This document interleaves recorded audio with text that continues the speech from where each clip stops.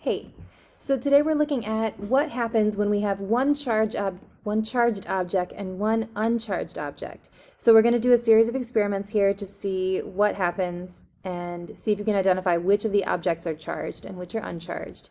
All right, so I have here a water bottle, and the directions say to rub it down with an alcohol wipe and then put it over these papers. So let me do that real quick. Here is the alcohol wipe. Gonna rub it down, gonna let it dry. I think this makes it so that it's a super dry surface, okay? So, shake it off, make it dry. Okay, so it says to put this over top of these paper slips and see, like, what happens. I haven't done anything else to this, but just rubbed it with an alcohol wipe. So nothing happens. Okay, so for the next part of the experiment, I wanted you to see a good example of what this looks like, so I took a video of myself earlier. This is my best take. Hey, this is Mrs. Allen. I have this water bottle here. I just rubbed it a bunch with a wool swatch. I'm holding it with a wool swatch. I'm going to put it over these pieces of paper. Oh, did you see that? Did you see that? I didn't touch them. See that one stuck too? Okay, that's what you're supposed to see. They stick. Okay, so let's come back here. So you can see when I didn't rub it with wool, then the paper didn't stick. When I did rub it with wool, then some of them did stick.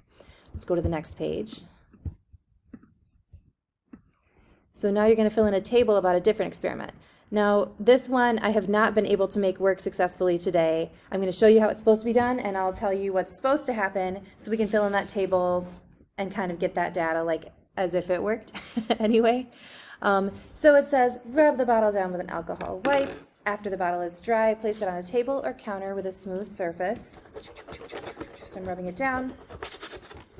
Okay, so it says to bring your hand close to the bottle without touching it. See picture. So I'm doing that, and it's wobbling back and forth, but it's not, like, my hand is not causing it to move at all. Here, let me put it up so my hand is not causing it to move at all. Okay, so bottle not rubbed with fur, you can put, do you think the bottle is charged? Do you think your hand is charged? How did the bottle and your hand interact? So you can put what you think was going on there. So part 2, have your partner hold the bottle by its cap and rub the bottle with fur. So I'm going to go ahead and do that. So I'm holding it with a wool swatch, I'm rubbing it with some fur. So we rub it, and during the winter, when the heaters are on, you can actually hear like a crackle when you do this. It's kind of cool. But for whatever reason, air is not very electrically charged today. Whatever. Okay, so then we let it settle, and I'm going to put my other hand by it.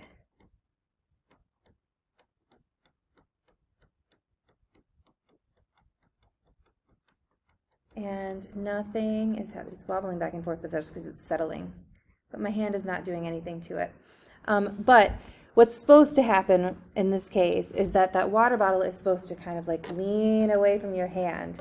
So the idea here is that somehow your hand or something is repelling something else. So for the second one, bottle after rubbing with fur. Is the bottle charged? If the bottle is moving, is it charged or is your hand charged? And if you'd like to, a good place to go to look and see if you can find the answers for this in a simulation is actually in activity 2, where it says simulations help us explore and understand. You can experiment with this one again and see what happens if one is charged and one is not. Okay? There you go.